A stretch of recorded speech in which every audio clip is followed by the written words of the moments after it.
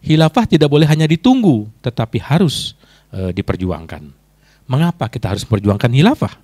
Itu pertanyaan yang mendasar. Pertama, menegakkan khilafah adalah perintah Allah. Ya, jadi Rasulullah SAW bersabda, "Waman mata walaisa fi unuqihi bai'atun mata mitatan jahiliyah." Barang siapa yang mati dalam keadaan tidak ada baiat di lehernya, maka ia mati dalam keadaan jahiliyah. Hadis riwayat Muslim.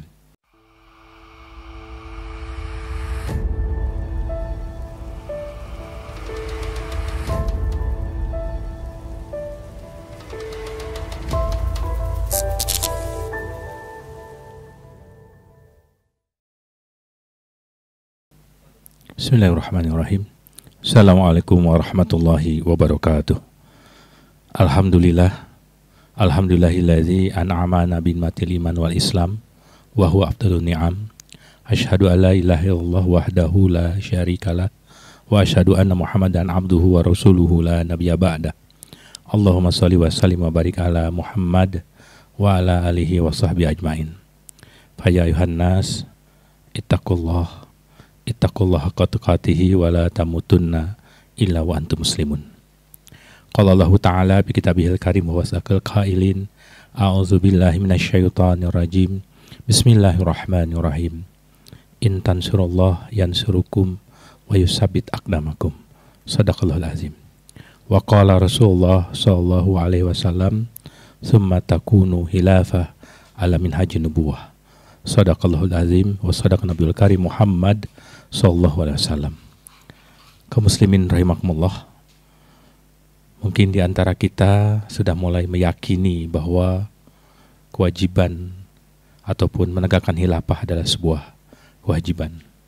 Namun masih ada satu tantangan gitu ya di antara umat Islam yang mungkin masih menganggap bahwa khilafah itu ditunggu atau diperjuangkan dengan pemahaman di dalam hadis yang mungkin masih ataupun keliru dalam kesempatan kali ini.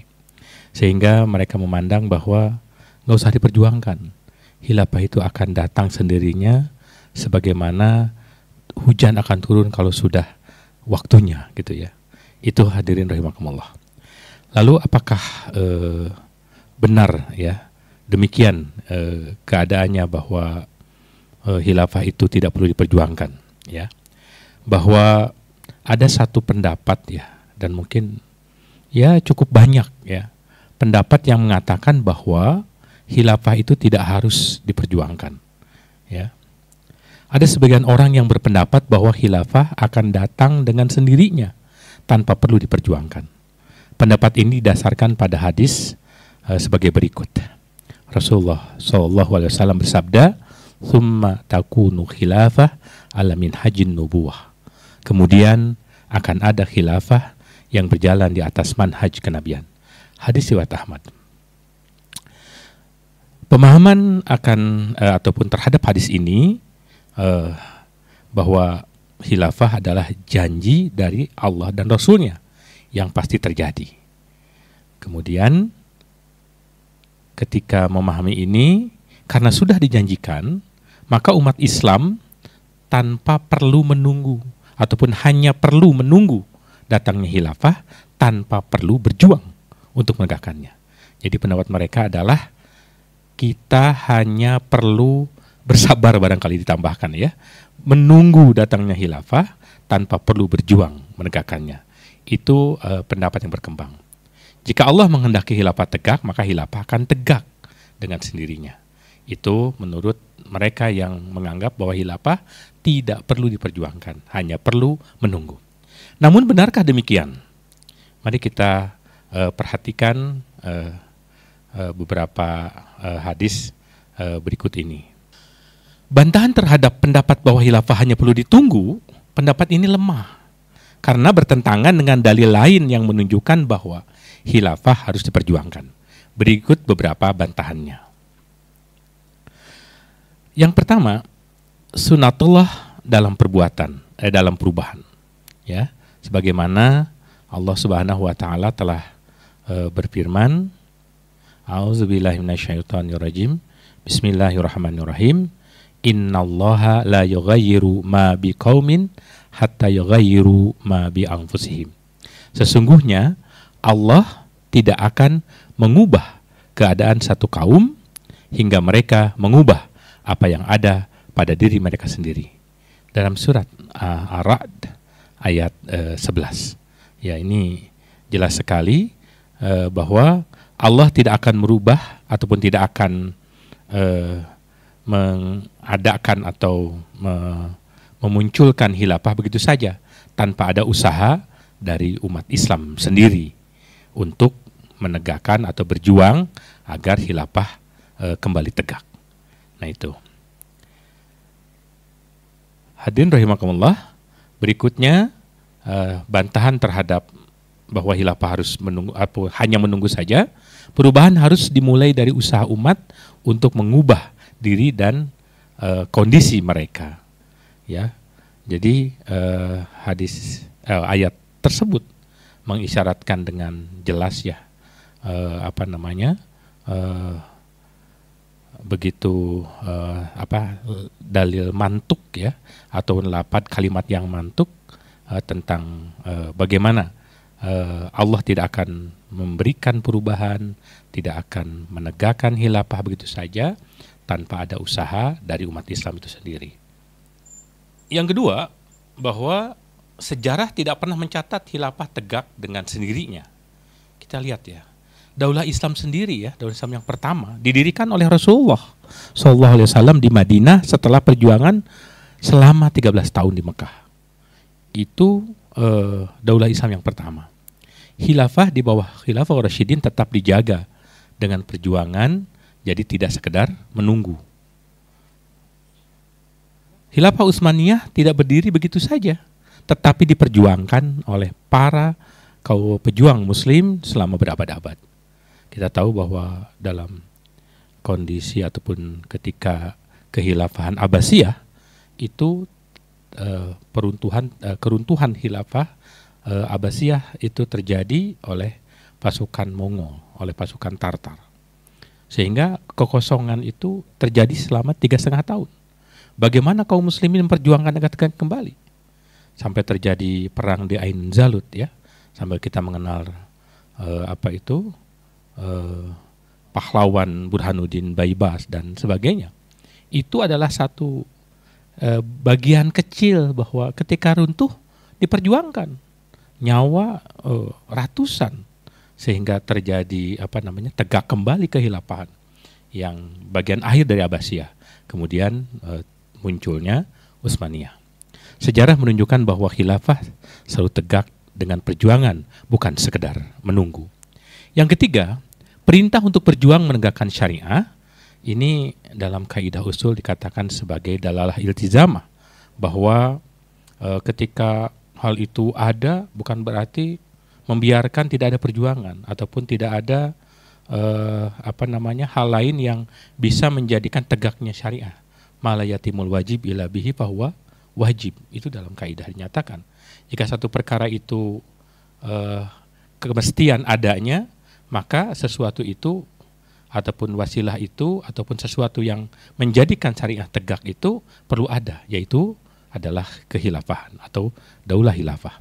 Allah Subhanahu wa taala berfirman, "Wa'idzu lahum mastata'tum min quwwatin wa min ribatil khail turhibuna bihi aduwallahi wa aduwakum." Dan siapkanlah untuk menghadapi mereka kekuatan apa saja yang kamu sanggupi dan dari kuda-kuda yang ditambat untuk berperang guna menggetarkan musuh-musuh Allah dan musuh-musuhmu. Surat Al-Anfal 60. Ini pada masa lalu, saat itu kavaleri itu adalah kuda, dan itu sungguh bisa menggetarkan musuh ketika kudanya berjejer dengan banyak lalu kuat ya. Saat ini tentunya tidak demikian. Adalah persenjataan-persenjataan yang memunculkan rasa gentar, takut di kalangan musuh. Ya, ketakutan itu ada yang muncul dengan dohir, ada yang khafi ya, ada yang terang-terangan ketakutannya sehingga dia menyatakan ingin buat perjanjian dan sebagainya, ataupun ada yang disembunyikan sebenarnya takut dalam hati mereka, gentar dalam hati mereka. Ayat ini memerintahkan ya kepada kaum muslimin untuk bersiap dan berjuang, bukan hanya pasrah menunggu adanya perubahan. Khilafah adalah bagian dari syariat Islam yang harus diperjuangkan, bukan hanya menunggu datangnya, bukan menunggu munculnya dengan begitu saja. Yang ketiga, khilafah tidak boleh hanya ditunggu, tetapi harus diperjuangkan. Mengapa kita harus memperjuangkan khilafah? Itu pertanyaan yang mendasar. Pertama, menegakkan khilafah adalah perintah Allah. Ya, jadi Rasulullah SAW bersabda, "Waman mata walaysa fi unuqihi bai'atun mata mitatan jahiliyah." Barang siapa yang mati dalam keadaan tidak ada baiat di lehernya, maka ia mati dalam keadaan jahiliyah. Hadis riwayat Muslim. Dan kita mesti memahami bahwa baiat itu hanya diberikan kepada khilafah dalam sistem, kepada khalifah dalam sistem khilafah. Hanya itu. Ya, barangkali selama ini ada yang baiat dan sebagainya, itu bentuk daripada qasam, bentuk daripada sumpah, bentuk daripada janji. Ya, padahal baiat itu hanya diberikan kepada khalifah dalam sistem khilafah. Itu yang mesti kita perhatikan. Jika tidak ada khilafah, maka kita wajib berjuang agar sistem ini kembali tegak. Dan jangan pula ya agar ini tertunaikan, agar tidak mati jahiliyah. Ya udah kita buat khilafahan itu ya. Tidak demikian tentunya.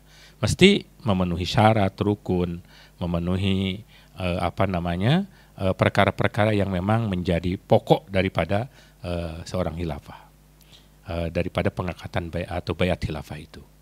Yang kedua, khilafah adalah sistem yang melindungi Islam dan kaum muslimin. Sebagaimana Allah Subhanahu wa taala berfirman, "Wa yansurannallahu may yansuruh." Dan sesungguhnya Allah pasti akan menolong orang-orang yang menolong agama Allah. Ya. Jika kita ingin bertolongan, kita harus menolong agamanya dan dengan berjuang menegakkan khilafah.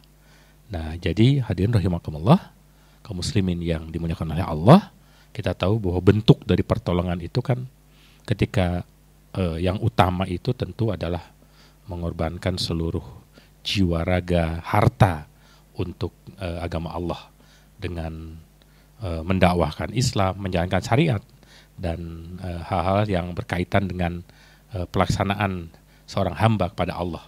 Dan yang paling utama itu adalah tentu menegakkan syariat yang itu secara kafah. Dan saat ini kita tahu bahwa syariat itu diabaikan.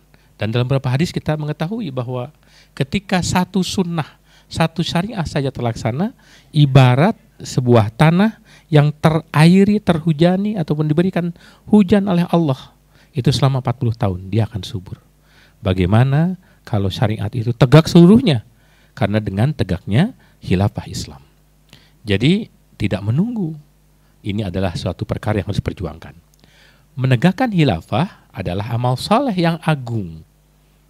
Jadi ini adalah merupakan dalam hadis dalam sebuah pendapat para ulama yang muktabar menyatakan bahwa menegakkan khilafah itu adalah tajul furud, seutama-utama kewajiban.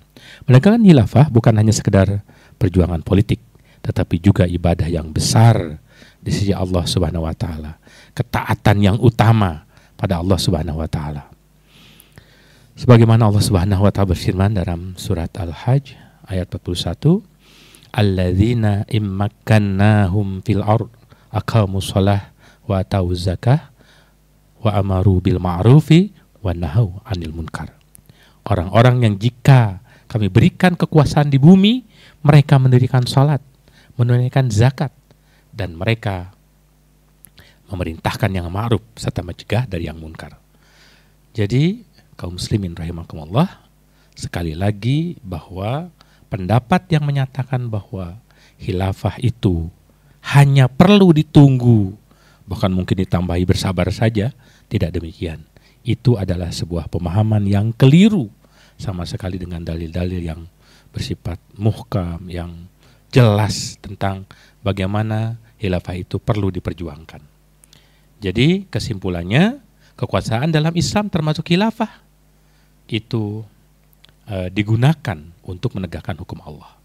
Kita tahu bahwa apapun yang Allah berikan kesempatan pada kita, baik itu adalah harta, adalah untuk takwa. Baik itu adalah ilmu, ujung-ujungnya adalah untuk takwa. Baik itu perjuangan, ujung-ujungnya adalah untuk takwa. Artinya itu adalah tegaknya hukum-hukum Allah, apalagi secara kafah. Hadirin para pemirsa rahimakumullah, bahwa ketika kekuasaan yang Allah berikan pada kita, kepada seseorang, itu tiada lain adalah untuk menegakkan hukum Allah. Kita tahu bahwa pilarnya gitu ya, yang sama-sama yang mungkin sering dibiaskan ya. Dalam Islam kekuasaan tangan rakyat dalam memilih pemimpin. Nah, namun pemimpin yang dipilih adalah untuk menjalankan syariat Allah, untuk menegakkan hukum-hukum Allah, bukan menerapkan hukum-hukum atau menjalankan hukum-hukum buatan manusia, bukan demikian. Nah itu bedanya dalam konteks sama-sama kekuasaan tangan rakyat dalam konteks memilih pemimpin, bukan ditunjuk sebagaimana monarki. Ya, namun di sini kedaulatan beda, karena kedaulatan itu adalah kewenangan sepenuhnya yang total. Ya, dalam Islam adalah kedaulatan di tangan syari, di tangan Allah Subhanahu Wa Taala, pembuat syariat. Kalau dalam sistem demokrasi itu adalah kedaulatan tangan rakyat, artinya manusia yang buat hukum.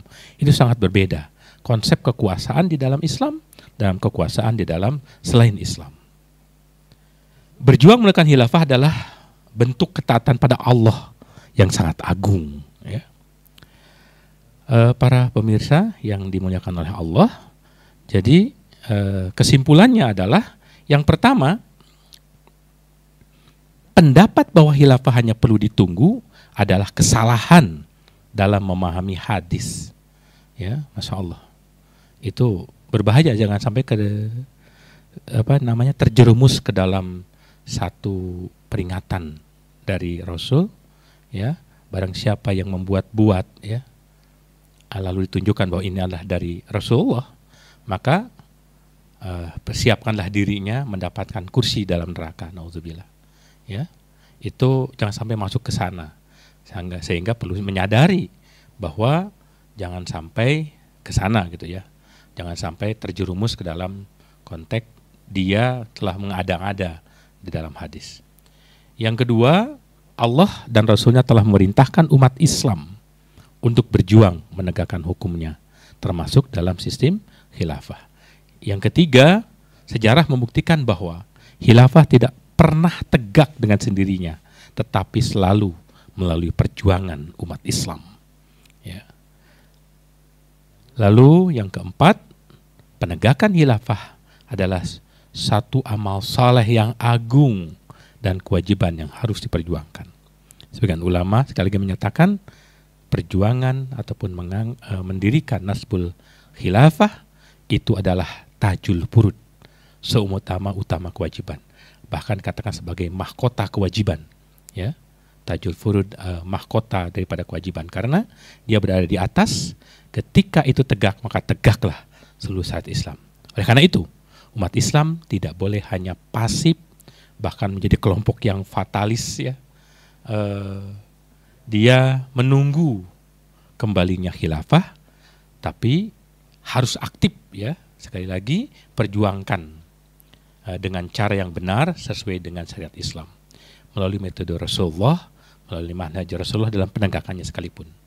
Itu kesimpulannya tentang bahwa khilafah itu harus diperjuangkan, bukan dengan cara menunggu.